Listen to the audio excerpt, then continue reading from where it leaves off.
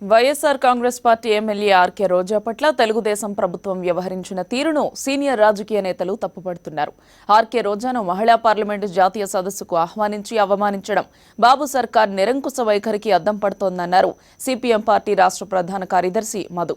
ఈ సంఘటనపై ముఖ్యమంత్రి చంద్రబాబు క్షమాపణ చెప్పాలని ఆయన డిమాండ్ చేశారు.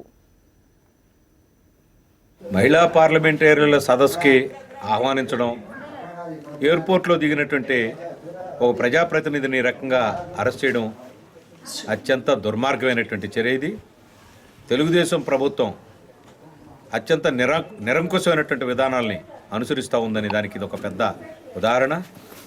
ఈ నీతిబాహ్య చర్యని కమ్యూనిస్ట్ పార్టీ మార్క్సిస్ట్ ఏకోన్ముఖంగా ఖండిస్తూ ఉంది. వెంటనే రోజా గారిని విడుదల చేయాలి.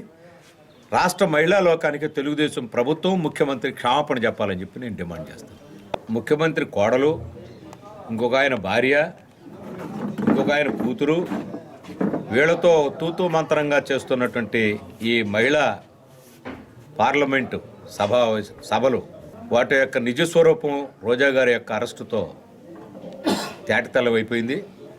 ఒక ప్రజాప్రతినిధిని ఆహ్వానించి ఎయిర్పోర్ట్లో దిగినటువంటి ఆ ప్రజాప్రతినిధిని ఈ రకంగా అరెస్ట్ చేసి ఎక్కడికి తీసుకెళ్లారో తెలియకుండా నిర్బంధించడం అనేటువంటిది పచ్చి నిరంకుశమైనటువంటి చర్య.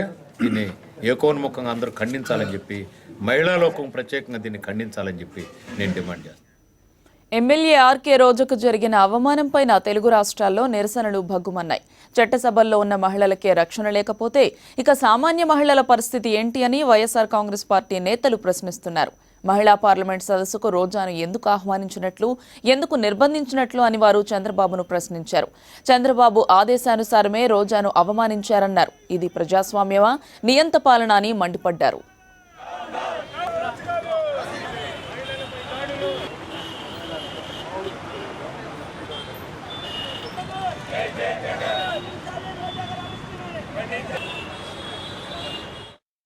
మహిళలంటే గౌరవం అంటారు, మహిళలంటే మాకు ప్రేమ అంటారు, పేదవాళ్ళంటే ప్రేమ అంటారు, అన్ని రకరకాలు చెప్తుంటారు.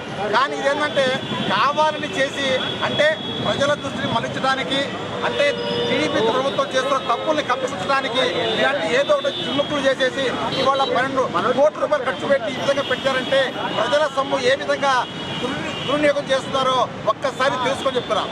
కానీ రోజా గారిని కావాలని ఉద్దేశంతో గతంలోనేమో అసెంబ్లీ నుంచి తరిమించారు, ఇవాళ ఈ రోజు చేశారు. అంటే కావాలని చేస్తారు కాబట్టి ఆ పాపం తగ్గ మానదు. ఏ దిశకి పరిపాలన తీసుకెళ్తున్నారని అడుగుతా ఉన్నాం. చంద్రబాబు నాయుడు గారు కానీ, ఇవాళ నిర్వహిస్తున్నటువంటి సుప్రసాద్ గారు కానీ, ఇవాళ మహిళలందరూ కూడా సమాధానం చెప్పవలసినటువంటి పరిస్థితులు ఉన్నాయి.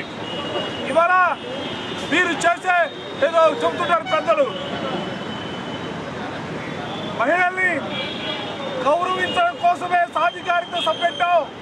వాళ్ళందరికీ కూడా జీవనంలో ప్రధానమైనటువంటి సమృద్ధి రావాలని ఓ పక్క చెబుతూనే మరో పక్క కారు కొనుక్కుంటే షెడ్లో ఉండాలా, ఆడవాళ్ళైతే వంటింట్లో ఉండాలా, బయటకు వస్తే ఇబ్బందులనే మాటలు మాట్లాడతారు సాధికార సభ్యత్వం ఉంది. ముఖ్యమంత్రి గారు మహిళల పట్ల చిన్న చూపు చూస్తున్నటువంటి వైనం. ఇవాళ రోజాకు జరిగినటువంటి అవమానం వైఎస్ఆర్ కాంగ్రెస్ పార్టీకి జరిగినటువంటి అవమానంగా మేము భావించడం, ప్రజాస్వామ్యానికే జరిగిన అవమానంగా భావిస్తా ఉన్నాం. అందుకే భారత రాజ్యాంగ నిర్మాత డాక్టర్ బిఆర్ అంబేద్కర్ గారి పాదాల చెత్త ఈ రాష్ట్ర ప్రభుత్వం పోతున్నటువంటి పోకల్ని నిరసించే కార్యక్రమాన్ని జాతీయ మహిళా పార్లమెంట్ సదస్సుకు ఆహ్వానించి ఎమ్మెల్యే ఆర్కే రోజాను తీవ్రంగా అవమానించడం పట్ల మహిళా లోకం మండిపడుతోంది. చిత్తూరు పట్టణం గాంధీ సర్కిల్ వద్ద మహిళా సంఘాలు మౌన ప్రదర్శన నిర్వహించాయి. మహిళా వ్యతిరేక ప్రభుత్వానికి రోజులు దగ్గర పడ్డాయని మహిళా సమాఖ్య నేతలు హెచ్చరించారు.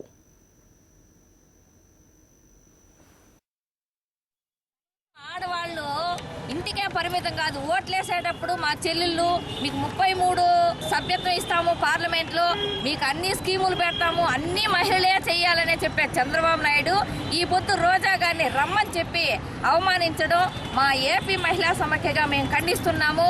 అది పద్ధతి కాదు. ఒక మహిళల్ని ఏం తప్పు చేసిందని ఆమెని పోలీసుల తరఫున అరెస్ట్ చేయడం అది మంచి పద్ధతి కాదు. ఈ చంద్రబాబు నాయుడు ఇంకా 2 ఏళ్లే ఆయనకి సీటు గుర్తుపెట్టుకోండి, మహిళలతో పెట్టుకుంటే దారుణంగా ఉంటుందని హెచ్చరిస్తూ. మరి నిన్నగాక మొన్న స్పీకర్ గారు చెప్తున్నారు కార్లను షెడ్యూల్లోనే ఉంచుకోవాలా, అదేవిధంగా అమ్మాయిలు కూడా ఇంటికే పరిమితం అవ్వాలా, రోడ్డు మీదకి వస్తే చాలా కష్టాలు పడాల్సి వస్తుందని.